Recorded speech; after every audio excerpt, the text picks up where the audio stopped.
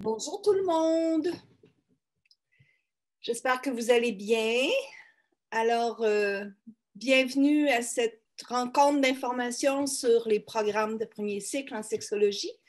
Mon nom à moi, c'est Joanne Otis. Je suis directrice des programmes de premier cycle et j'ai le grand plaisir d'animer cette rencontre avec je partais pour dire mon conjoint, mon collègue, mon collègue Philippe Benoît Côté, qui me soutient ou me supporte à la direction. Alors, je vais te laisser souhaiter la bienvenue à nos amis. Je suis quasiment comme ton conjoint. On se parle souvent. Fait que, bonjour, moi c'est Philippe Benoît Côté. Je suis professeur au département de sexologie depuis maintenant plusieurs années. Comme Joanne l'a dit, moi je suis directeur adjoint, donc mon rôle c'est un peu là, de supporter Joanne, mais aussi de vous aider les futurs étudiants, les étudiants en sexologie là, à continuer dans leur parcours, à bien fonctionner, que ça se passe bien. Puis je pense cette idée-là est encore plus importante avec la COVID actuellement, avec le contexte de la COVID actuellement. Moi, j'enseigne au département plusieurs cours, mais là, depuis les dernières années, j'enseigne surtout le cours qui s'appelle Modèle de santé sexuelle appliqué à l'intervention sexologique. C'est un cours justement que Joanne donne aussi avec moi cette année. Ça, c'est un cours qui se donne première année, première session surtout. Donc, c'est beaucoup des étudiants, là, étudiantes qui débarquent là, en sexo. C'est un peu leur premier contact là, avec l'univers de la sexologie. J'ai déjà donné des cours de métaux Cali, des cours études de programme. Cette année, je vais donner à l'hiver un cours sur sexualité, inégalité sociale et itinérance, qui est dans un cours qui est dans notre certificat sur les études critiques en lien avec la sexualité. Donc voilà. Donc, je vais assister Joanne dans la présentation. Alors, merci beaucoup, Philippe Benoît. Donc, si vous voulez bien, notre rencontre, elle est enregistrée. Donc, si vous voulez, là, du moins la première période, la période des questions, on va laisser tomber l'enregistrement, mais juste vous dire que c'est peut-être une bonne idée là, pendant l'enregistrement de fermer votre caméra, fermer votre micro, mais restez avec nous, ça c'est vraiment important. Puis pendant la période de questions, ben là, ce sera vraiment libre et sans entrave d'enregistrement. Donc, je suis vraiment un peu techno-nulle, donc ça va toujours prendre un peu de temps dans mes partages d'écran, ce que j'essaie de faire maintenant pour vous présenter le plan de notre rencontre d'aujourd'hui. Alors, partager l'écran, c'est supposé fonctionner, voilà. Vous me dites si ça ne fonctionne pas. Ça, je vais enlever ça, c'est pas bon. On s'en vient ici. Et je devrais avoir les diapositives. Philippe, Benoît, tu fais ça si ça fonctionne. Ça fonctionne, c'est bon. C'est bon, merci beaucoup. Alors voilà, ce qu'on vous présente, Philippe Benoît et moi, c'est vraiment là, une présentation très straight, sans jeu de mots, un peu de notre département, parler des programmes qu'on offre au premier cycle. On va évidemment mettre l'accent sur le bac parce que c'est le programme le plus imposant dans le cadre de notre formation de premier cycle. Et puis, on va prendre le temps à la fin de la rencontre de vraiment parler de qu'est-ce qu'on fait avec un bac, qu'est-ce qui nous arrive après le bac, comment on se transforme. Donc, on a le bonheur aujourd'hui d'avoir 3 diplômés du bac qui gagnent leur vie sur la base de leur bac et qui vont venir nous raconter un peu leur parcours, puis ce qu'elles font à l'heure actuelle, puis les actions ou les interventions dans lesquelles elles ont été impliquées depuis la fin de leur bac. Donc, ça va vraiment vous donner une bonne idée de qu'est-ce qu'on fait avec un bac par la suite.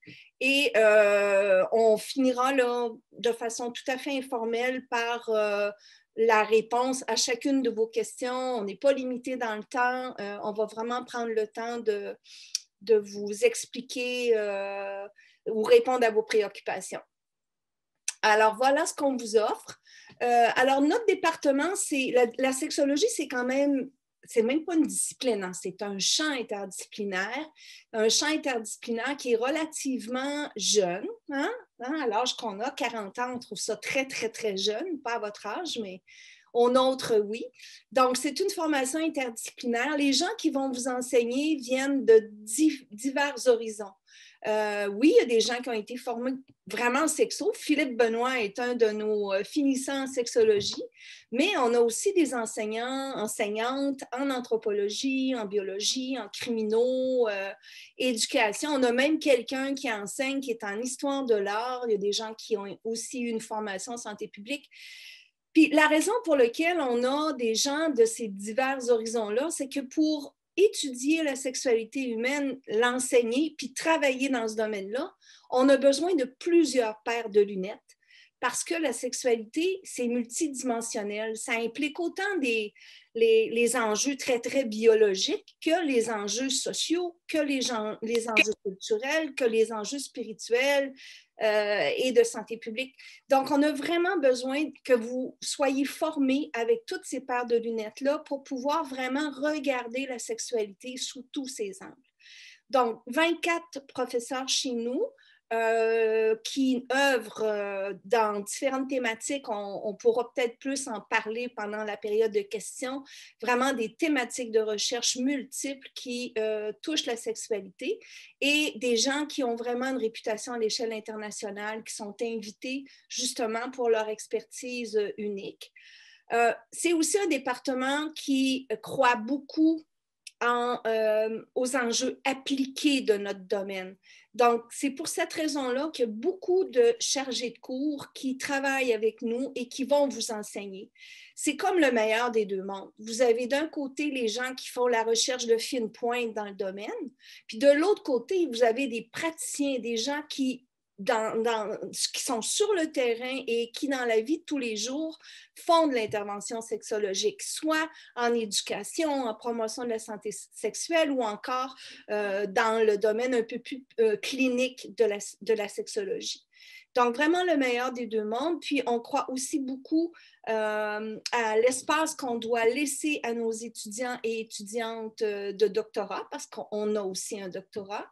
Ces gens-là ont aussi, avec leur jeunesse et leur innovation au niveau de leur thèse de doctorat, beaucoup de choses aussi à vous apprendre et ça nous permet d'avoir vraiment toute une équipe de ressources en soutien à votre cheminement. J'en reparlerai pas beaucoup aujourd'hui, mais juste le souligner. C'est un tout petit département. Nos cohortes, elles sont précieuses. Chaque étudiant, chaque étudiante a une valeur pour nous et c'est important qu'on vous offre des mesures de soutien et d'encadrement adaptées à vos besoins. Philippe Benoît en parlait tantôt, particulièrement dans le contexte actuel. Pour nous, la santé mentale de nos étudiants et étudiantes, c'est la priorité. Nous, on est prêts, on fait des rencontres de façon informelle vraiment pour jaser avec les étudiants et étudiantes, comprendre leur réalité, les écouter. On a aussi un système de monitorat où vous pouvez prendre rendez-vous avec 2 étudiants et étudiantes qui sont en maîtrise puis qui ont passé par le parcours, qui sont prêts. C'est un peu un soutien comme de l'aide aux devoirs, mais aussi un soutien psychologique. L'association étudiante est extraordinairement impliquée, offre aussi des espaces de soutien, d'accompagnement. Puis, on a aussi beaucoup de sensibilité aux étudiants et étudiantes qui ont un parcours particulier, soit parce qu'ils sont parents, soit parce qu'ils sont en situation de handicap, soit parce que ce sont des étudiants et étudiantes athlètes. Nous, on croit à l'université comme étant un espace, un milieu de vie de formation pour les futurs citoyens et citoyennes. Puis on veut vraiment vous accompagner, non seulement dans votre cheminement académique, mais aussi dans votre cheminement personnel. Donc, voilà pour le département. rapidement mentionner 6 programmes. Donc, oui, il y a, après le bac chez nous, une maîtrise avec 2 volets, un volet plus clinique pour les gens qui voudront aussi faire de la psychothérapie, mais un volet aussi plus recherche-intervention pour les gens qui voudront travailler plus en équipe multidisciplinaire avec des enjeux où la recherche est importante. Puis, depuis quelques années seulement, mais on est très fiers de ça. Il y a aussi un doctorat qui permet à nos étudiants et étudiantes et à des gens qui viennent d'ailleurs de parfaire leur formation sexologique. Mais aujourd'hui, ce dont Philippe Benoît et moi, on veut vous parler, ce sont parler de nos programmes courts. Donc, d'abord, parler du baccalauréat en sexo, qui est probablement l'attrait le plus intéressant en ce qui concerne les études de premier cycle, mais depuis peu, on a aussi un certificat de premier cycle en études critiques, puis vous allez voir qu'il y a une valeur ajoutée aussi à penser, mettre ce choix-là quand vous allez faire votre admission, parce que ça peut être une passerelle vers le bac si jamais c'est plus difficile d'entrer au bac pour vous. Et 2 programmes courts qui sont vraiment des programmes d'appoint pour des gens qui peuvent être sur le marché du travail et qui sont intéressés par les enjeux de violence sexuelle et interpersonnelle ou par l'éducation de la sexualité en milieu scolaire. On sait à quel point, à l'heure actuelle, le dossier de l'éducation de la sexualité à l'école est central. Les élèves ont été privés de cette formation-là pendant des années. Il y a une ouverture maintenant avec le ministère et évidemment, qui d'autre que les sexologues peuvent bien prendre en charge cette thématique. Alors voilà pour les programmes. On va maintenant vraiment rentrer dans le vif du sujet. Pour toutes les questions auxquelles on n'aura pas de réponse aujourd'hui ou vous allez oublier de poser, vous pouvez vraiment dans les prochains jours écrire à cette adresse bac.sexologie@uqam.ca. Et notre fantastique agente aux études, qui s'appelle Stéphanie, va pouvoir répondre là, quand c'est des questions un peu plus personnelles. Vous avez un parcours un peu plus atypique. Oui, on peut en parler tantôt, mais vous pouvez aussi écrire dans les prochaines semaines à cette adresse. Donc, on trouve que c'est important là, que vous sachiez que vous avez accès à une ressource dès maintenant pour vous accompagner. Donc, notre bac, on est bien fiers de notre bac. On est vraiment bien fiers de cette formation-là.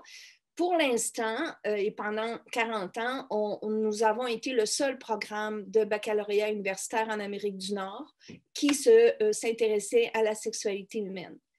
Donc, le grand but de notre formation, c'est vraiment de former des futurs sexologues qui auront un peu comme mission comme professionnels et comme citoyens et citoyennes, de contribuer au maintien et à l'amélioration de la santé et du bien-être sexuel de la personne en interaction avec son environnement. Autrement dit, on forme des gens qui vont être capables d'accompagner, oui, des individus, mais aussi des groupes, aussi des communautés, de manière à se donner des moyens de conserver, d'améliorer leur santé et leur bien-être sexuel. Donc, encore là, aujourd'hui, on n'a pas le temps d'entrer dans les détails, mais de façon plus précise, on vous forme à être capable d'évaluer le développement et le comportement sexuel des individus, des communautés. On vous apprend à faire finalement l'analyse des besoins de ces personnes-là ou de ces communautés-là, de planifier une intervention qui va répondre à ces besoins-là de façon compréhensive, de façon globale. On vous enseigne les meilleures stratégies pour que vos interventions soient adaptées aussi aux diversités culturelles, aux diversités de genre, en fonction de l'orientation sexuelle, en fonction de toute spécificité de ces personnes-là ou de ces communautés-là. Bon, vous allez aussi avoir les outils pour évaluer ces interventions-là et puis pour porter un jugement à la fois critique, à la fois éthique sur votre travail. Donc, on a vraiment cette prétention-là. C'est pas drôle, mais c'est ça pareil.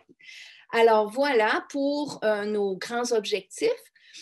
Une chose très importante à vous dire, c'est que lorsque vous finissez votre bac, vous êtes éligible au titre de sexologue. Notre bac ne vous donne pas le titre de sexologue. Vous devez faire une demande auprès de l'Ordre professionnel des sexologues du Québec.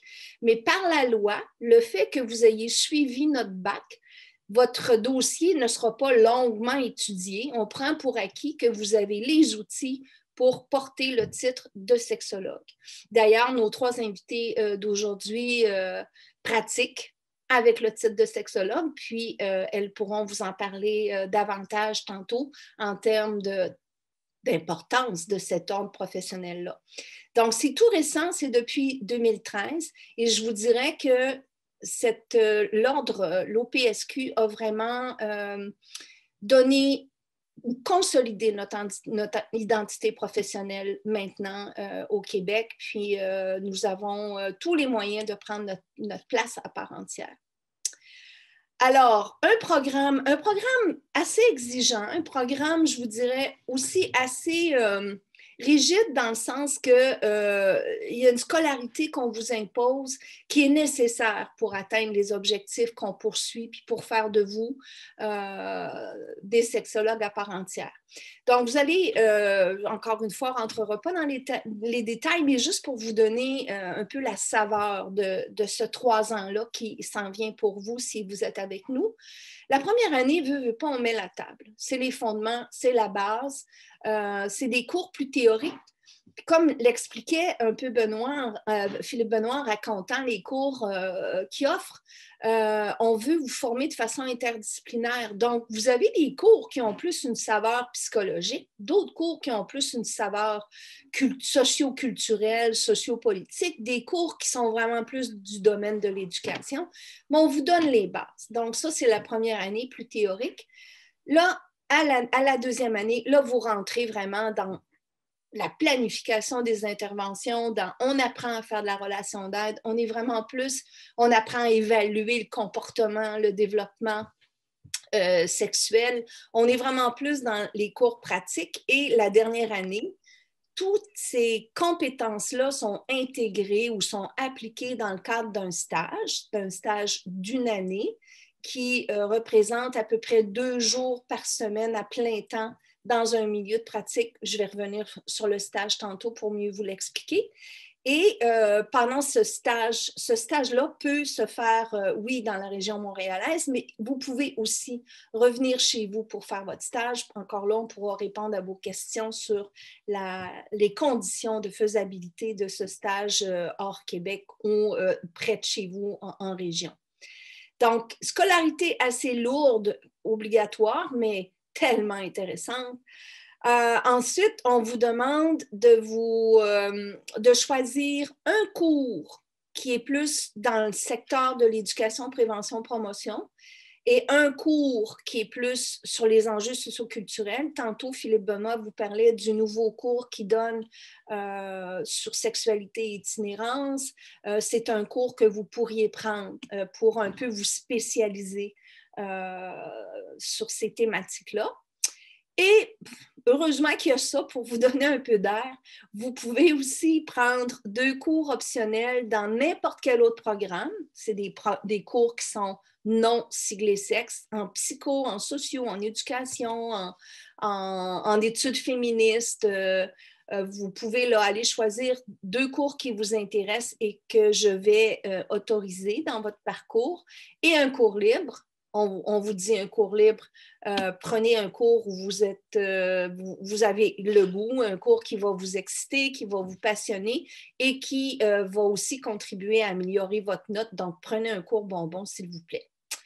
Donc, ça, c'est dans le profil régulier et je vais revenir sur cette possibilité-là qui est la thèse de spécialisation. Si jamais c'est quelque chose qui vous intéresse, bien, l'espace pour faire la thèse de spécialisation, ce sera l'espace créé par les 2 cours optionnels et le cours libre.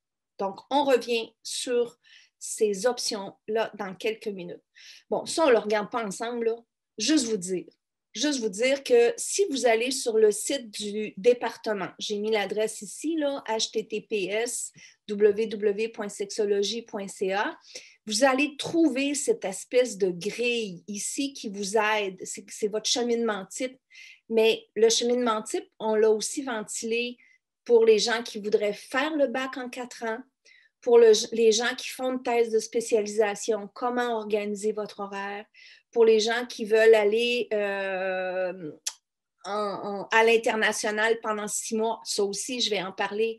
Ben, comment organiser son cheminement pour que les choses se passent bien puis qu'on puisse terminer dans les délais.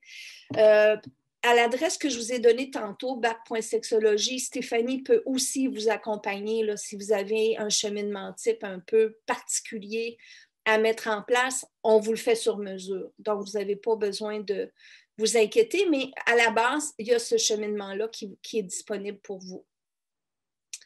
Donc, je vais aller très vite sur les quelques prochaines diapos. Je ne veux pas vous étourdir. N'ayez pas peur. C'est juste pour vous montrer, vous donner une petite saveur des différentes paires de lunettes qu'on va adopter pendant la formation, puisqu'on est interdisciplinaire.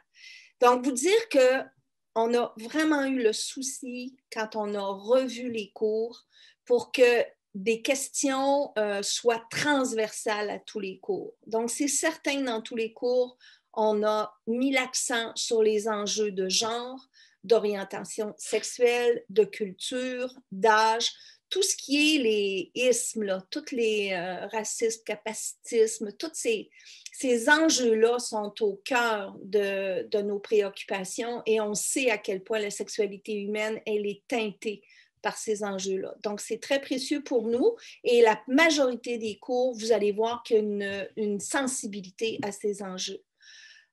Évidemment, tous nos cours sont basés sur des données probantes, sur la recherche, donc toujours la fine pointe des résultats de recherche qui sont partagés avec vous, mais dans une perspective très appliquée. Je veux dire, on n'apprend pas des choses pour se bourrer la tête, là. On apprend des choses parce que ça a de l'implication dans notre travail comme sexologue et évidemment, les préoccupations éthiques qui sont omniprésentes. Donc, pour vous donner une petite idée, les enjeux socioculturels et critiques, l'espèce de lunette un peu grise parce qu'elle est critique. On a un cours en épistémo, histoire des idées des sexualités. On a un cours sur l'intersectionnalité qui est un concept qui définit vraiment les enjeux quand les gens cumulent des caractéristiques qui exacerbent, entre guillemets, les rapports sociaux, les rapports de pouvoir ou des catégories d'oppression. Donc, on a vraiment une formation et un cours spécifiquement dédié à ces enjeux. Et vous avez d'autres cours, là, culture, genre et féminisme, enjeux contemporains sexuels. Ça, c'est un cours où tout ce qui est nouveau comme thématique ou qui n'est pas couverte par les autres cours. Je pense par exemple à la pornographie. Ce n'est pas nouveau, le porno, mais on ne pouvait pas faire 45 heures là-dessus, mais on en parle. Oui, il y a un 45 heures là-dessus. C'est vrai, depuis une année, on a déjà un cours sur ça.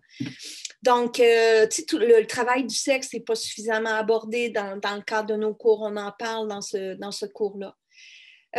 Tout ce qui est psychologique et plus développemental. Hein? C'est quoi le développement psychosexuel d'un tout petit, des enfants, des ados, des adultes, des jeunes adultes en émergence, à la fin de vie chez les personnes âgées? Pour nous, la sexualité, là, elle est là tout au long de la vie et il y a des enjeux au fur et à mesure et on doit être sensible à ces enjeux-là. Évidemment, les enjeux biomédicaux, on ne peut pas parler de sexualité sans comprendre l'appareil reproducteur, la réponse sexuelle, la neuro qui entoure la sexualité. Donc, on a des cours là-dessus. Tout ce qui est plus clinique, hein, si jamais dans notre travail, on rencontre des gens qui ont certaines... je dirais pas dans le bac, on parle pas tellement des troubles sexuels, mais des gens qui ont des difficultés en termes de désir ou en termes de dysfonction. Alors, vous devez être sensibilisé à ces enjeux-là pendant la formation. Fait qu'il y a un cours sur les dysfonctions sexuelles, un cours qu'on appelle diversité des genres, mais sur l'angle des enjeux diagnostiques parce qu'il y a des gens qui peuvent vivre des souffrances en lien avec leur genre. Donc, on est là aussi pour les accompagner dans ces préoccupations-là où il y a de la souffrance. Puis, il y a aussi un cours sur tout ce qui est diversité des pratiques ou des érotismes. On sait, nous, on vous forme à ce qu'il y ait beaucoup d'ouverture à l'ensemble des pratiques sexuelles dans la mesure où il y a consentement. Mais il y a certaines pratiques qui peuvent entraîner des souffrances, elles aussi. Donc, c'est important qu'on vous forme à reconnaître ces souffrances-là, à savoir un peu comment les aborder. La métaux, pas le choix. La métaux, Canticali, si on veut être des sexologues à la fine pointe, il faut être capable de comprendre la recherche scientifique, il faut être capable de la lire, il faut être capable de l'interpréter. Donc, on vous forme sur ces enjeux-là. On vous a parlé d'enjeux pratiques et éthiques, hein, la deuxième année, les cours vraiment plus de planification d'intervention, les cours très appliqués à c'est quoi les meilleures interventions en termes d'ITSS, en termes de santé reproductive, en termes d'éducation à la sexualité en milieu scolaire et tout ce qui est cours lié à la relation d'aide. Donc, un premier cours de relation d'aide pour mettre la table, un second cours qui s'appelle évaluation du développement sexuel. Donc là, on développe des outils pour être capable de capter puis de porter un jugement sur le développement sexuel et les comportements de personnes ou de communautés avec lesquelles on va travailler. On enrichit en relation d'aide dans un second cours. Il y a aussi un cours d'évaluation clinique sur les problématiques de délinquance sexuelle, l'éthique et évidemment le stage sur lequel je vais revenir. Donc, une formation très appliquée. C'est pour ça que c'est un bac professionnel. Quand vous finissez, là, vous êtes un professionnel, là. Vous êtes à part entière. Donc, les stages, juste pour donner un petit peu plus de détails, c'est quand même imposant. C'est la dernière année, j'en ai parlé tantôt, 2 jours par semaine dans un milieu. Vous n'avez pas besoin de choisir votre milieu. A priori, on a une banque d'à peu près 200 milieux. Autant, je vous dirais, dans le réseau de la santé des services sociaux, dans les CLSC, les CIS, les CIUS, on a des gens qui peuvent vous accompagner dans des stages dans ces milieux-là. On a même des gens dans des hôpitaux, dans des instituts en réadaptation. On a des gens qui travaillent avec des personnes qui ont vécu des cancers, cancer du sein, tout ça. Donc, c'est vraiment très, très, très diversifié. Il y a évidemment beaucoup de stages en milieu communautaire. Encore là, multiples thématiques, autant sur les troubles alimentaires que sur les ITSS, que sur la violence, que sur des clientèles autistes ou en situation de handicap. Donc, c'est vraiment très, très diversifié comme endroit de stage. Donc, la deuxième année, Marie-Ève, notre Marie-Ève nationale, qui est chargée de formation pratique, Marie-Ève va entrer en lien avec vous à la première session, deuxième année, vous expliquer qu'est-ce qui s'en vient pour le stage, comment commencer à définir un peu ce qui vous intéresse, comment faire le choix de stage-là. Ça se concrétise à la deuxième session de la deuxième année. Quand vous partez l'été, vous savez où vous allez aller en stage et vous avez évidemment passé une entrevue parce que c'est comme la vraie vie. Vous passez l'entrevue, puis si vous êtes accepté, on reconnaît que vous pouvez aller faire un stage dans ce milieu-là. Dans le milieu de stage, il y a quelqu'un qui va s'occuper de vous qui s'appelle un professionnel associé et c'est quelqu'un qui a les compétences en sexologie pour vous accompagner. Puis à l'université, vous avez aussi un superviseur, une superviseuse qui va vous accompagner tout au long, dans le fond, à chaque semaine, tout au long de votre stage et qui va faciliter les interactions avec le milieu de stage. Donc, j'ai expliqué tantôt, vous pouvez faire votre stage chez vous, si vous voulez, si vous venez des régions. Je dis ça parce que moi, je viens des régions. Alors, je trouve ça vraiment important qu'on ait cette ouverture-là. Moi, je viens de Bécomo, donc de la Côte-Nord. Je pense qu'il y a des besoins criants en région qui ne sont pas comblés. Puis je pense que pour quelqu'un qui veut développer sa carrière, tout est ouvert en région. On a d'ailleurs, je pense, c'est Audrey-Anne tantôt qui va pouvoir, Audrey-Anne, pas juste Audrey-Anne, on a des gens qui vont pouvoir vous raconter qu'est-ce qu'on peut faire en région. Mais il y a aussi beaucoup de besoins à Montréal. Puis avec Kanika, tantôt, vous allez pouvoir voir aussi comment on peut prendre notre place dans la région montréalaise. Donc, l'idée de faire des stages là où on aimerait pratiquer, souvent, c'est que suite à un stage, on a une offre d'emploi. C'est arrivé à chaque année, on a des stagiaires qui se font offrir un travail suite à leur stage. Ce n'est pas automatique, mais il y a beaucoup de cas où ça s'est produit. Donc, Marie-Ève reviendra vous expliquer comment ça fonctionne les stages, puis vous dire aussi qu'exceptionnellement, on peut vous accompagner si vous voulez faire un stage hors Québec. On a des gens qui ont fait des stages, par exemple, en Afrique, ou ailleurs, aux États-Unis, mais là, c'est un peu plus corsé. Ça nous prend des gens qui sont très autonomes, mais c'est possible. Donc, il faut rêver aussi un peu. La thèse de spécialisation, c'est vraiment une option qu'on offre à des étudiants et étudiantes qui ont vraiment envie de continuer dans le domaine de la recherche, puis qui veulent en maîtrise, par exemple, et qui veulent voir si ça les excite tant que ça. Donc, à ce moment-là, vous pouvez, la dernière année de votre formation, vous pouvez vous trouver quelqu'un au département comme Philippe Benoît ou moi ou n'importe quel autre professeur qui font de la recherche et qui serait prêt à vous accompagner et à vous proposer une thématique sur laquelle travailler pendant votre thèse de spécialisation. Et c'est comme si vous faisiez une mini-recherche, un mini-mémoire. Vous allez vraiment réfléchir à une problématique, vous allez peut-être à collecter des données ou à analyser des données, pas produire une espèce d'une production scientifique. Ça peut être une communication scientifique pour l'ACFAS, ça peut être un article ou une contribution à un article. Et évidemment, ça vous donne entre guillemets, des points. Si vous voulez rentrer en maîtrise par la suite, bien, ça vous donne une longueur d'avance. Puis quand vous faites des demandes de bourse, ça vous donne aussi une longueur d'avance dans votre dossier parce que le simple fait d'avoir fait une thèse de spécialisation, je ne sais pas combien de points ça vaut, mais je pense que c'est presque, mettons, 2 points sur 10 dans votre dossier. Donc, si la recherche vous tente, bien, c'est vraiment une option. Puis, à chaque année, là, vous ne vous inquiétez pas, là, on redonne, on fait des rencontres midi d'information plus spécifiques pour bien vous expliquer comment ça marche la thèse de spécialisation, puis comment marche aussi ce qui s'en vient, qui est les études à l'international.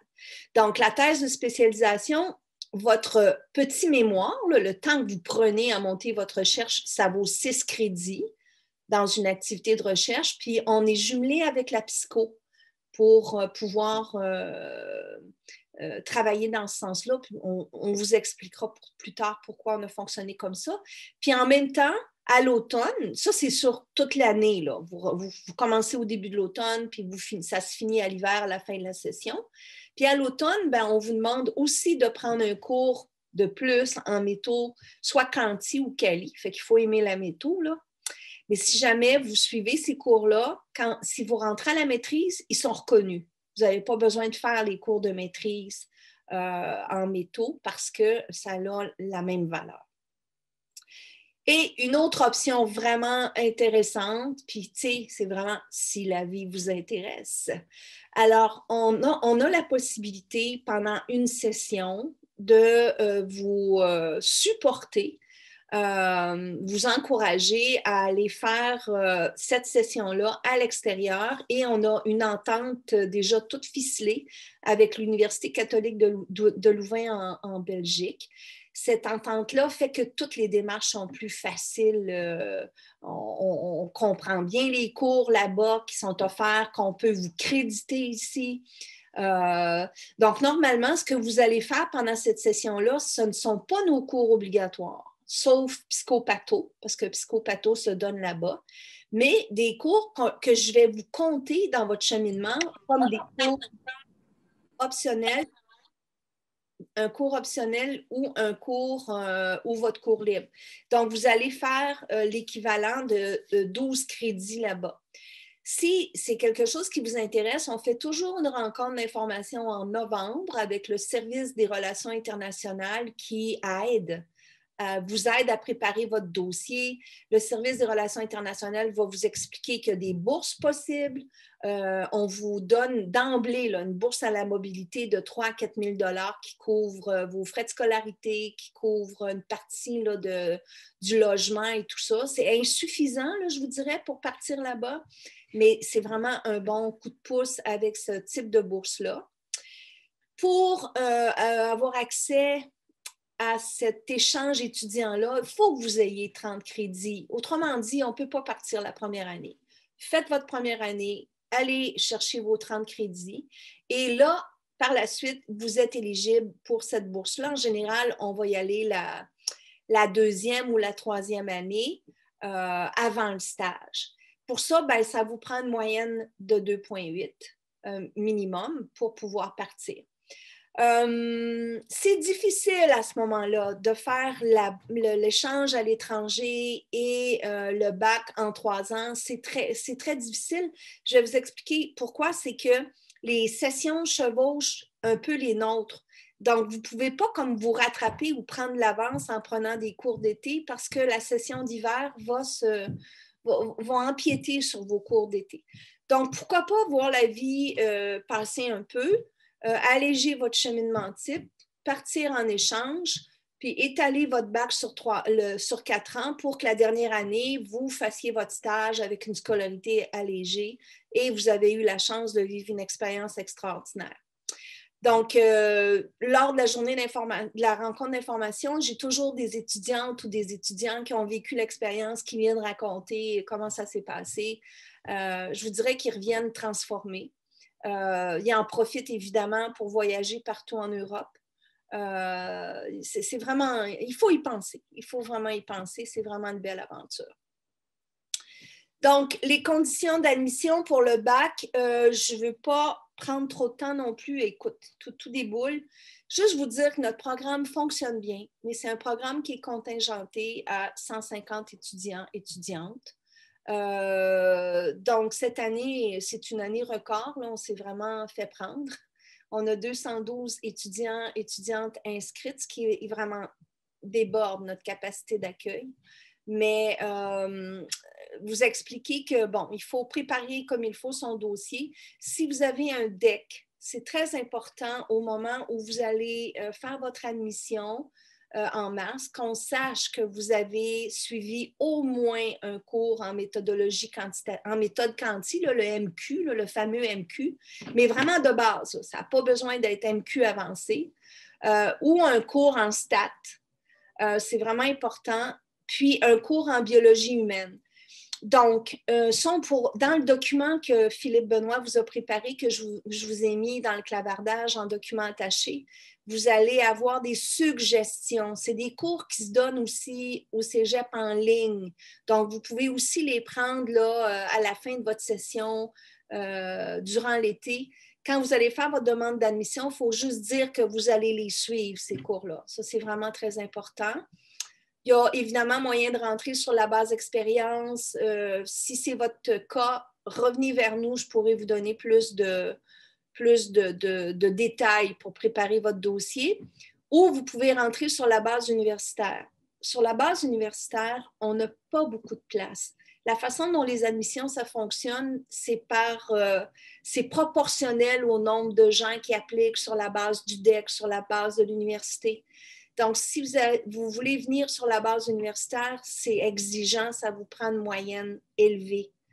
Donc, ce qu'on vous suggère, c'est de passer par notre certificat. Vous entrez par la porte du certificat. Au certificat, on a un passe-droit. Si vous avez 3,15, on accepte votre dossier de façon prioritaire. Vous n'êtes pas en compétition. Donc, ça peut être une façon là, de rentrer au bac qui est un peu plus garantie. Donc, je n'irai pas plus loin que ça pour les conditions d'admission.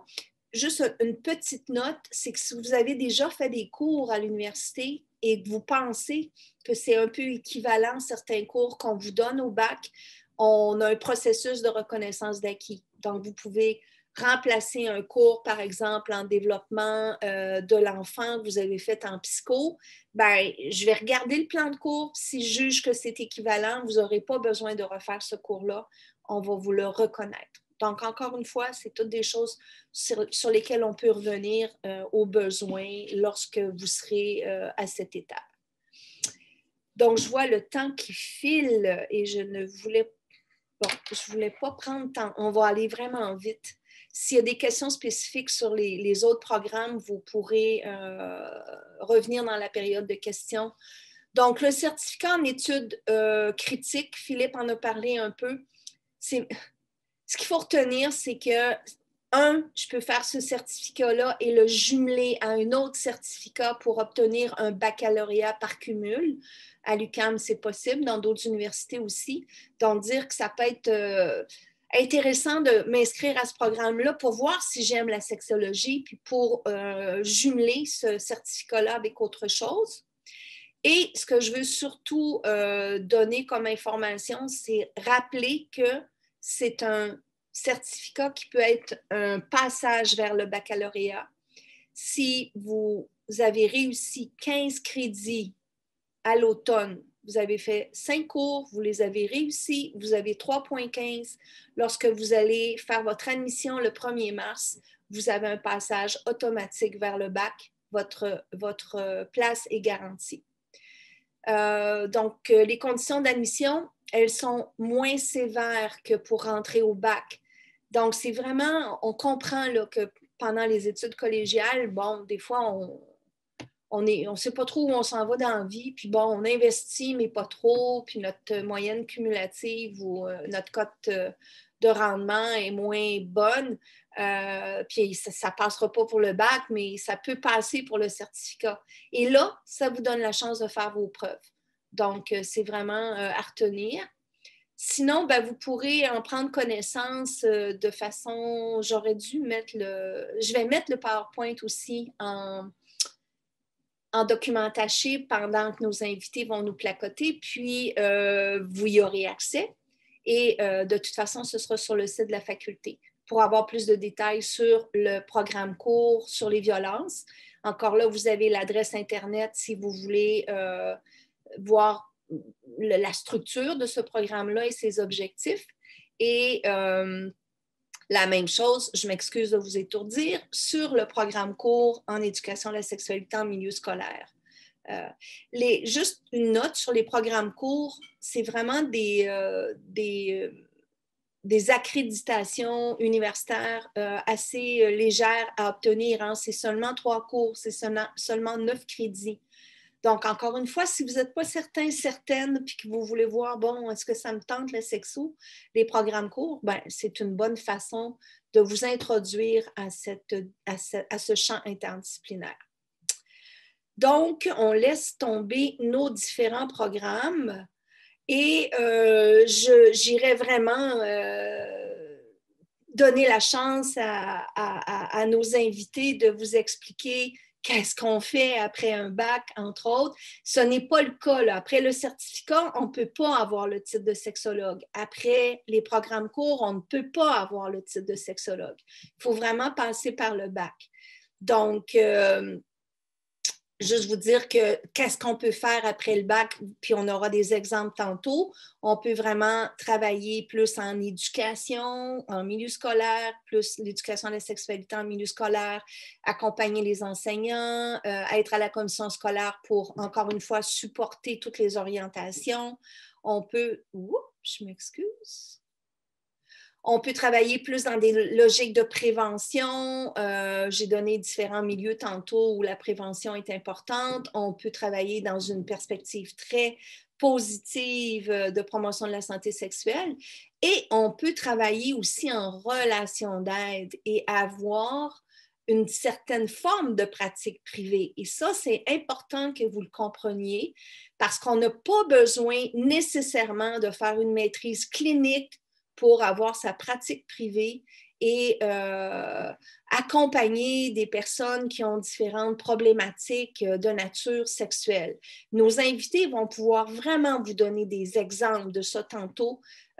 Puis c'est important parce qu'il y a beaucoup d'anxiété de performance pendant le bac pour avoir des notes épouvantables pour entrer en maîtrise clinique, comme si on ne pouvait pas être un vrai sexologue avec le bac, alors que vous allez avoir la démonstration que non, on peut vraiment avoir une carrière, une pratique intéressante, multiple, diversifiée et aussi en privé avec notre baccalauréat. Bon, les statistiques, juste vous dire qu'en termes de perspective professionnelle, nos bacheliers se comportent très, très, très, très bien, mieux que les bacheliers en psycho. Ce qu'on voit ici, c'est qu'en finissant le bac, on a 53,5% de nos étudiants et étudiantes qui se trouvent un emploi et le taux de chômage est de 0%. Et les autres étudiants et étudiantes qui finissent le bac, beaucoup vont retourner faire la maîtrise. Mais comme on vous dit, la maîtrise n'est pas nécessaire pour pratiquer comme sexologue. Donc, on se compare de façon supérieure aux gens qui sont formés en psycho, où le taux d'emploi est vraiment beaucoup plus faible sur la base du bac. Évidemment, les gens en travail social ont une plus forte proportion à l'emploi, mais on voit qu'il n'y a pas beaucoup de ces gens-là qui continuent au deuxième cycle. Donc, ils finissent le bac et ils se dépêchent là, à avoir un emploi. Le taux d'employabilité est à peu près comparable. Donc, c'est juste vous dire que oui, il y a une vie après le bac. On a mis sur le site du département des portraits de gens qui pratiquent aujourd'hui sur la base de leur bac. On voit là que, bon, Valérie est plus dans le réseau de la santé et des services sociaux, dans un CIUS ici à Montréal. Marie-Laurence est plus dans le communautaire. Chieb, c'est pas écrit ici, mais Chieb est plus, lui, dans la pratique privée ou avec des cliniques pour personnes trans. Sa carrière se déroule beaucoup dans ces milieux-là. Et Annick est dans une commission scolaire en région pour accompagner les enseignants-enseignantes. Donc, c'est important d'aller voir un peu leurs histoires. Et je pense que les histoires les plus tripantes sont à venir avec Louise, Kanika et Audrey-Anne Dupré. Donc, si vous le permettez, je vais laisser mon partage d'écran. Et on va donner la possibilité à Louise, dans un premier temps, de se présenter puis de nous raconter un peu son parcours, puis ce que la sexo a changé dans sa vie. Alors, je t'inviterai, ma belle Louise, à venir nous raconter ta vie. Allô, est-ce que vous m'entendez bien pour commencer? Je vois des oui, parfait. Bonjour tout le monde, j'espère que ça va bien. Donc, moi, c'est Louise Lelièvre, je suis sexologue. Je vais commencer par vous parler un peu mon parcours, en fait, avant la sexo. Puis vous allez voir où je m'en vais avec ça par après, là. Mais moi, j'ai commencé par faire un bac en psychologie à l'Université de Québec à Trois-Rivières. Je viens de la Gaspésie là, à la base. Puis je me suis ramassée en psycho à Trois-Rivières en 2012, pour vous mettre en contexte. J'ai fini mon bac en psycho, mais à la troisième année, je me suis rendu compte que, je commençais à me rendre compte avant la troisième année, mais à la troisième année, vraiment, ça s'est concrétisé dans ma tête que oui, c'est intéressant la psycho, mais il me manquait un petit quelque chose. Je prenais tous mes cours optionnels en sexo dans ce temps-là.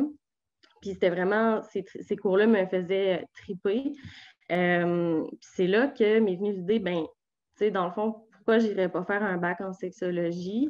J'étais à un point dans ma vie où je ne voulais pas faire le doctorat en psycho. Puis je ne savais pas trop quoi faire de ma vie. Je ne savais pas dans quoi je voulais travailler. Je n'étais pas rendue là encore. Fait que je me suis inscrite sur un coup de tête, un coup de tête quand même réfléchi, je dirais, mais je me suis inscrite sur un coup de tête en sexo. J'ai été acceptée.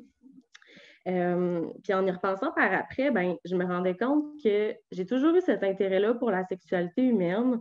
Moi, en secondaire 3, là, j'étais la fille qui allait chercher sur Internet les informations sur tel jeune, sur les sites. J'allais voir l'infirmière juste pour parler de contraception, du TSS, puis pour avoir les informations pour les donner à mes amis, dans le fond. C'était ça que je faisais en secondaire 3. Puis tout le monde me disait, tu devrais être sexologue. Puis j'étais comme, voyons, tu sais. Je savais même pas qu'est-ce que ça faisait une sexologue dans ce temps-là, on s'entend. Puis j'ai oublié de mentionner que moi, j'ai pas eu de cours d'éducation à la sexualité parce que j'étais la première année de la réforme dans le temps. Fait que c'est quelque chose qu'ils ont juste enlevé là, après les cours d'FPS. Puis moi, j'ai pas eu ça. Fait que tout ce qui est sexualité, sexo, j'ai pas entendu parler de ça. Puis je venais quand même d'un petit milieu fermé là, en Gaspésie où la diversité n'était pas très présente. Fait que ça pour dire que c'est ça. Je me suis inscrite en sexo.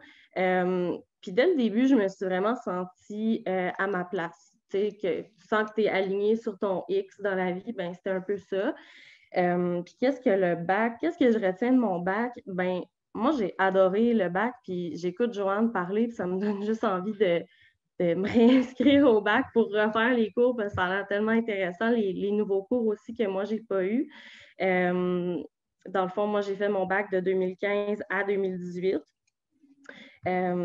Puis qu'est-ce que le bac m'a apporté? Bien, premièrement, j'ai rencontré des amis, je vous le dis, là, des vraies amitiés solides. J'ai rencontré des gens à la journée initiation / intégration, là, je ne sais plus comment ils appellent ça maintenant, mais moi, je me suis fait des amis à cette journée-là, puis c'est resté mes amis pendant le bac, puis même après, c'est des gens qu'aujourd'hui, on va s'appeler, puis on va encore se parler. Fait que, tu sais, au niveau du réseautage, il y a tellement d'activités d'organiser, là. C'est sûr qu'avec la COVID, ça donne à manger un coup, là.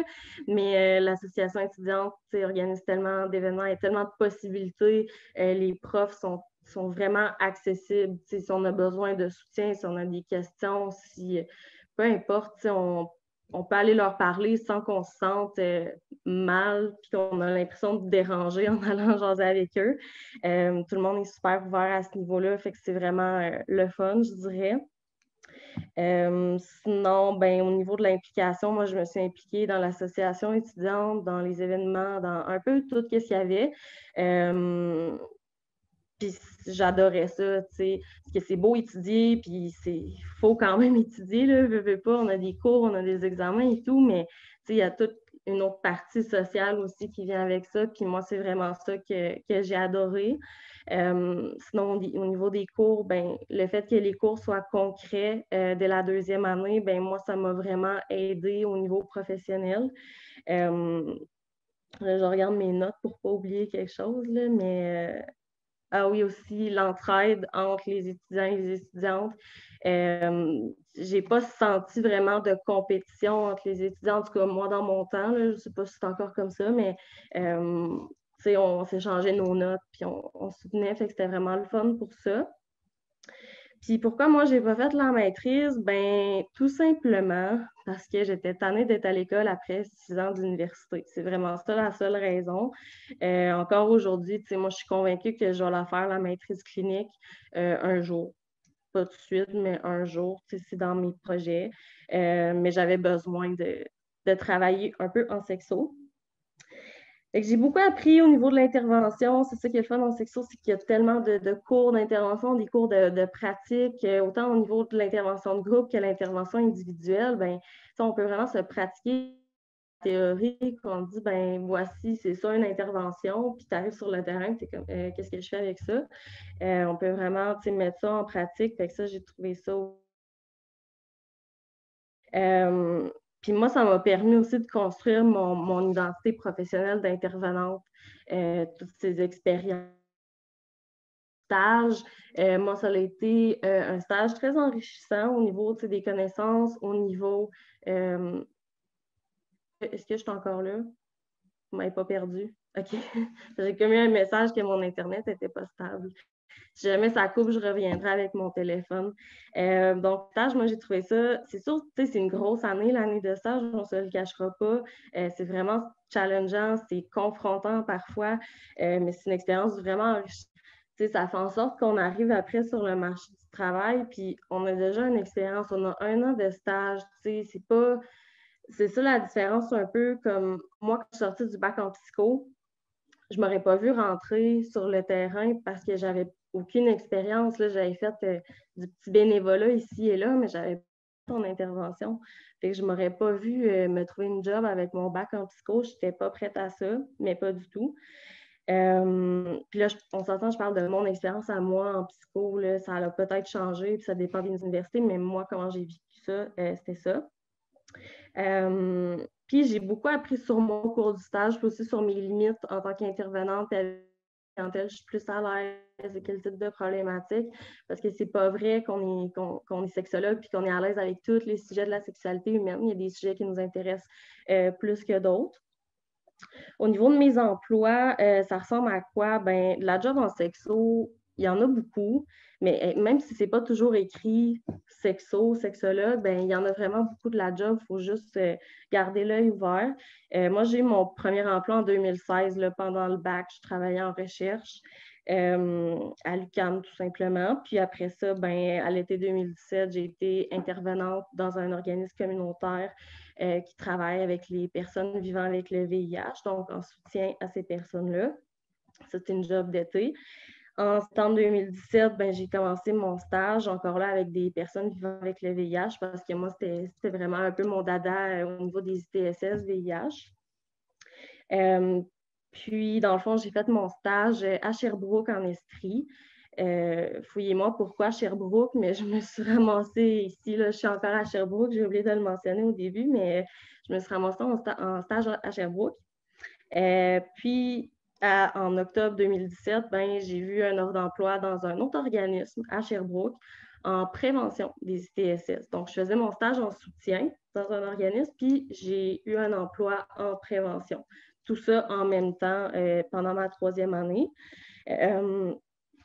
À cet emploi-là, dans le fond, j'étais intervenante en prévention. Puis mon poste, en fait, c'était au niveau de l'éducation à la sexualité, donc principalement auprès des jeunes. Fait qu'est-ce que je faisais? C'était des animations dans les écoles, dans les maisons des jeunes, dans autres milieux. Fait que j'ai fait beaucoup d'interventions de groupe pendant ce travail-là. Je me prends une petite gorgée. Donc, je disais, j'ai fait beaucoup d'interventions de groupe.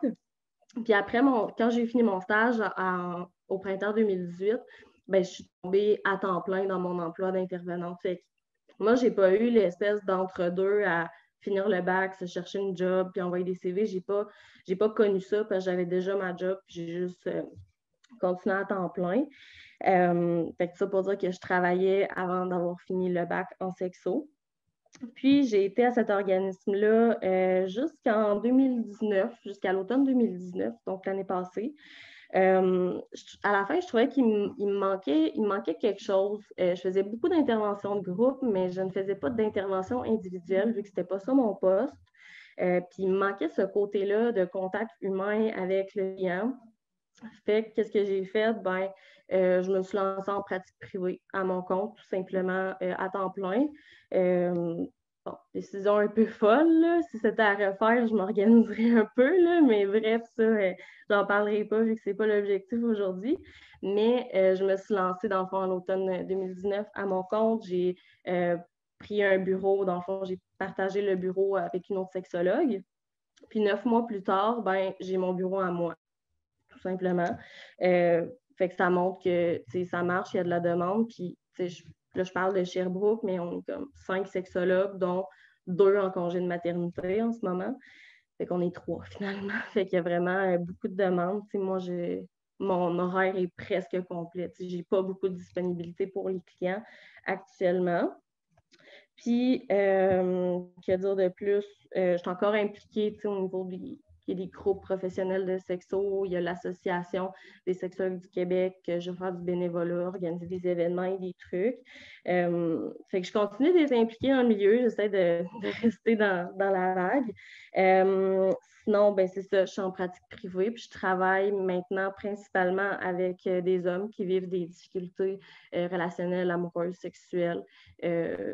Je ne sais pas pourquoi, on dirait que les hommes viennent à moi. Ma collègue, on partage, son bureau est juste à côté, elle reçoit juste des femmes. Fait que c'est un peu étrange, là, mais bref, c'est un peu ça ma clientèle, que j'adore travailler avec eux. Sinon, qu'est-ce que je fais à part ça? Ben, là, j'ai commencé, c'est tout récent de cette semaine, mais j'enseigne à des étudiants en massothérapie. Là. Il y a un cours un peu sexualité 101 pour les étudiants en massothérapie. J'ai commencé à enseigner cette semaine. Fait que comme quoi que même avec un bac, c'est possible d'enseigner la sexo. Fait que voilà. Sinon, j'ai presque fini. Je ne sais pas, je suis rendue à combien de temps, là, mais sinon, j'ajouterais à ça au niveau de la plus-value, si on veut, des sexologues dans les milieux. Moi, je crois vraiment à l'expertise des sexologues, en fait, parce que la formation est très, très, très complète. Je trouve que comparé à d'autres professionnels, on a une sensibilité au niveau des diversités. Toutes les diversités confondues, on a ça dans la formation, puis on arrive dans un milieu avec d'autres professionnels, puis on dirait qu'on a ce petit plus-là qui fait en sorte qu'on peut se démarquer. Puis la créativité est très, très mise de l'avant à travers le bac, pour justement comment être créatif dans nos interventions. Puis ça, je pense que ça développe une force en général chez nous. Puis on est très polyvalent, je dirais, les sexologues, vu qu'on est formé sur plein de choses, on est multidimensionnel, fait que ça va faire en sorte qu'on a plein de... Il y a plein de possibilités, finalement. Fait que, bref, pour moi, la sexo, je pense que ça se sent un peu, là, c'est vraiment une passion pour moi. Puis, moi, ce que je dirais là, en terminant, là, je vais être vraiment quétaine, là, mais moi, je me suis trouvée en sexo. J'ai trouvé ma vraie personnalité. Parce que quand j'étais en psychologie, j'étais une étudiante qui faisait juste étudier, j'étais tout le temps mes livres. J'avais pas d'amis, je sortais pas, je faisais pas d'activité, puis, tu sais, j'étais pas heureuse, là, j'étais vraiment pas heureuse dans ce temps-là. Puis en section, on dirait que j'ai vraiment pu développer comme plus ma personnalité, puis être moi-même, puis je pense que c'est ça qui fait que je suis la sexologue que je suis aujourd'hui, puis encore en développement de ma couleur comme intervenante, là, mais ça, c'est le travail d'une vie, je pense. Fait que voilà, si jamais vous avez des questions plus personnalisées ou quelque chose, je vais vous laisser mes coordonnées dans le chat, fait qu'hésitez pas à m'écrire, là, sinon je vais rester aussi jusqu'à la période de questions là, avec vous. Merci. Bien, merci beaucoup, Louise. C'est touchant pour des gens qui ont participé à ta formation. C'est vraiment un beau témoignage. Puis écoute, tu ne lâches pas. Puis on espère avoir de tes nouvelles autrement bientôt pour voir comment ta carrière évolue. Donc, merci beaucoup. On pourrait laisser la parole à Kanika qui va nous raconter autre chose de son point de vue. Donc, Kanika, si tu veux bien prendre la parole, puis on te laisse raconter ce que tu veux nous raconter. Bonjour tout le monde. Est-ce que mon micro fonctionne bien? Oui, OK, parfait. Moi et Louise, on se connaît quand même bien parce qu'on fait du bénévolat ensemble avec l'Association des sexologues du Québec. Fait que toujours un plaisir de te revoir, Louise. Bon, OK. Moi, j'ai pas fait de plan comme Louise. OK, genre, je voyais que tu avais des notes. Moi, j'ai pas pris de notes. Okay. Bon, mon parcours avant la sexologie, c'est moi aussi, je suis pas... En fait, moi, j'ai pas de cégep. J'étais dans l'armée avant. J'étais militaire pendant 5 ans. Je me suis rendu compte que je voulais aller à l'université, donc j'ai appliqué en sexologie et je ne savais pas vraiment c'était quoi. Je pensais que la sexologie, je pensais que c'était une vision vraiment, tu sais, avant d'être en sexo, je pensais que c'était le sexe puis l'amour, puis là je me suis dit, je vais essayer, puis ça sonne intéressant. Finalement, je suis rentrée en sexo. Première, deuxième année, je ne savais pas savais pas plus c'était quoi vraiment, mais j'aimais ça. J'aimais les cours. Moi, j'ai eu Joanne et Philippe Benoît comme professeurs. Je me souviens, le cours de Philippe Benoît, c'était dans la première année. J'allais à mes cours, j'aimais ça. Ça m'a vraiment pris comme à la deuxième, troisième année que j'ai pu expliquer à mes amis, à ma famille, c'était quoi la sexologie, c'était quoi être sexologue.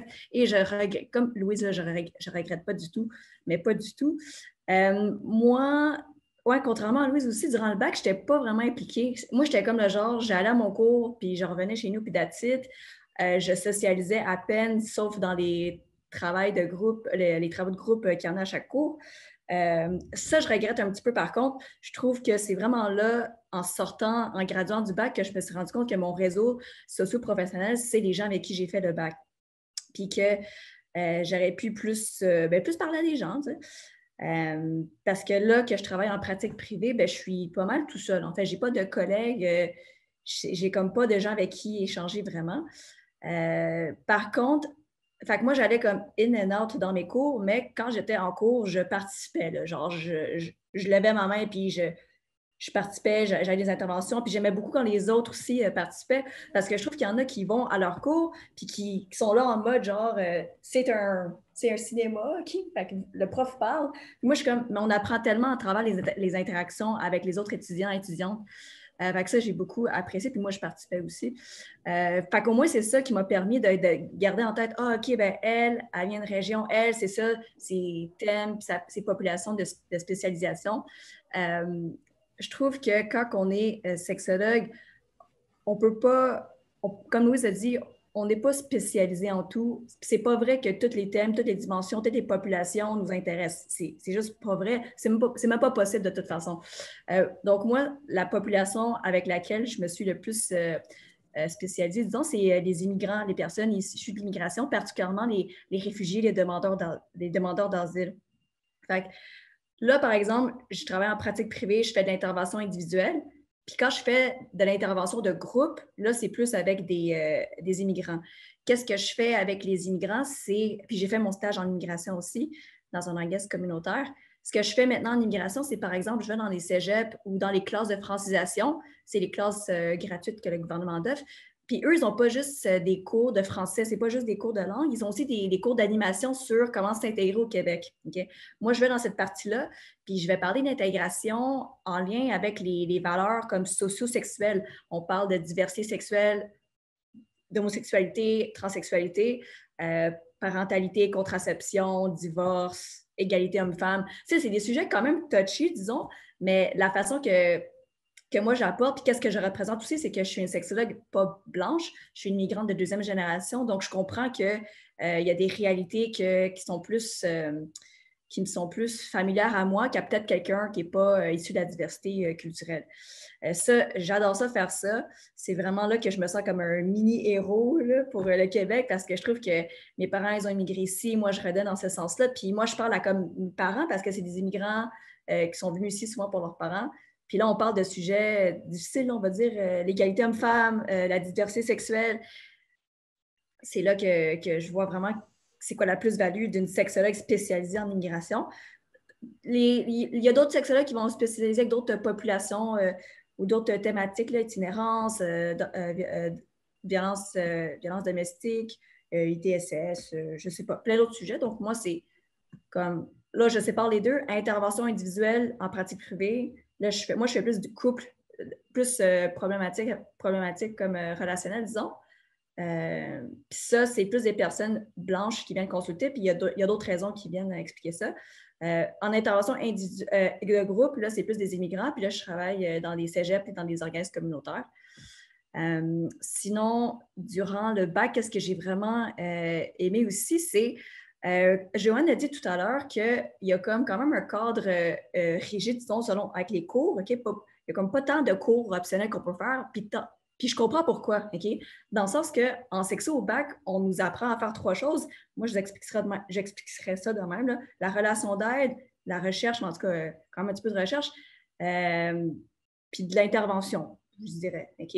Puis je trouve que quand on gradue, on va dans un des 3, OK? Fait qu'au bac, on voit ces 3 affaires-là. En tout cas, on voit des grandes lignes. Fait que, par exemple, moi, en pratique privée, je pourrais dire « Ah, ben le bac n'était pas assez précis. » Quelqu'un d'autre en recherche pourrait dire « Le bac n'était pas assez précis. » Mais c'est normal, on nous montre à faire les 3 affaires. Puis moi, ça m'a permis de comprendre que, OK, ben peut-être que moi, ça m'intéresse plus cette affaire-là. Ça m'intéresse plus cette population-là. Fait qu'on apprend à faire ces 3 affaires-là. Puis après, on a aussi des cours par rapport à comme vraiment des thématiques, des populations. Fait que comment faire? Puis la 3e année, c'est notre stage. Fait comment faire fitter tous ces cours-là en 2 ans, 2 ans d'année. Puis la 3e année, il y a un petit peu de cours, là, mais il n'y a pas tant de place parce qu'on fait le stage. Tu sais. Fait ça pour dire que c'est condensé. Il y a plusieurs personnes qui font leur bac en 4 ans pour avoir comme un équilibre vie université qui a de l'allure. Mais ouais, moi, j'ai fait ça en 3 ans comme selon la grille horaire. J'ai pris les cours l'été parce que, franchement, vu que j'étais dans l'armée avant, j'avais un salaire puis un train de vie, un certain train de vie. Puis là, quand on retombe étudiant, bien là, c'est étudiant. Puis après, j'étais comme, OK, bien, je veux travailler. Pourquoi je ne peux aller en maîtrise ni clinique ni recherche? C'est que dès le début, je savais que la maîtrise clinique, j'avais pas... je m'étais dit, si je veux les notes pour entrer là-dedans, je vais juste devoir sacrifier comme mon bien-être durant le bac, puis c'est pas ça que ça vaut pas la peine. Puis la maîtrise recherche, comme Louise aussi, j'avais commencé à travailler en recherche durant le bac, puis je me suis rendu compte, ouais, peut-être pas. C'est vraiment important, mais peut-être pas pour moi. OK? Puis tant mieux, puis tellement tant mieux que j'ai fait ça comme choix parce que moi, je me vois pas vraiment retourner à l'université. En fait, non, je me revois pas à retourner à l'université. Quand j'ai gradué, mon premier choix, c'était pas faire de la pratique privée. Je voulais travailler en immigration. Mais j'aime beaucoup les avantages des travailleurs autonomes. C'est-à-dire que là, j'ai pas de boss, j'ai pas de collègues, je fais mon propre horaire, je choisis avec qui je travaille. Puis il y a vraiment une liberté là-dedans, que ce soit sexologue, travailleur autonome ou graphic designer, travailleur autonome. C'est vraiment la partie travailleur autonome qui est importante pour moi. Peut-être plus que la stabilité financière, les REER, puis les assurances collectives, là, quoique ça serait le fun aussi. Fait que j'ai essayé de trouver un job en immigration, ça a plus ou moins bas. Fait que là, je me suis dit, bon, OK, là, j'ai pas d'enfant, pas d'hypothèque, là, je vais essayer la pratique privée. Moi, je suis à Montréal. Je comprends mieux. En fait, je comprends vraiment mieux maintenant, depuis que j'ai gradué, c'est quoi la différence entre faire de la relation d'aide et faire de la psychothérapie. Et je suis très contente de ne pas avoir eu comme but de faire la maîtrise clinique parce que c'est pas nécessaire pour qu'est-ce que je fais en ce moment, c'est pas nécessaire de faire de la psychothérapie. Mais ça, je pourrais. Ça serait comme l'objet de l'autre conférence, là, c'est quoi la psychothérapie, c'est quoi la relation d'aide. Puis la relation d'aide, si vous n'êtes pas familier avec ce terme-là, moi, je n'avais jamais entendu parler de ça avant dans le bac, c'est la traduction en français du mot counseling, okay? Like counseling and psychotherapy. Puis bien sûr, il y a plein de counselors là, dans le monde, aux États-Unis, au Canada. C'est vraiment le mot relation d'aide que je n'avais pas compris. Et surtout, c'est pas moins les sexologues, on n'est pas que sexologue. J'ai pas juste un bac. Je suis sexologue, c'est mon titre. Et si j'ai juste un bac, ben, je fais déjà partie de l'élite du Québec, comme le tiers du Québec qui a un bac. Fait que, il y a toute cette idée-là de revoir de est-ce que je ne suis pas assez ou est-ce que je ne suis pas sexologue, psychothérapeute. Non, mais je suis sexologue, je suis fière de l'être. Il y a tellement de choses qui sont possibles avec le bac en sexologie. Puis c'est ça que j'adore, c'est que en sortant du bac, là, j'ai encore plus compris comment c'était vague. Okay? Comme là, Louise, elle a fait du communautaire, puis là, pratique privée. Moi, ce qui m'intéresse, c'est la pratique privée, puis beaucoup l'entrepreneuriat. Okay? Dans le sens que je ne comprends pas pourquoi est-ce qu'on n'a pas ce... Pratique privée, c'est vrai qu'on a un chapeau de sexologue, mais on a aussi un chapeau de... On est comme des petites... chef d'entreprise, là, même si je suis juste une personne, on a une petite équipe des fois, puis on gère, on a comme des clients, un segment de clients, puis on a comme une proposition de valeur, puis si tu as envie d'écrire un livre, bien là, c'est comme une autre proposition de valeur avec un autre service, un autre produit. Puis il y a toutes des affaires en entrepreneuriat que moi, je mélange avec la pratique privée, puis que je vois que c'est vraiment, il y a tellement moyen de jumeler la sexologie avec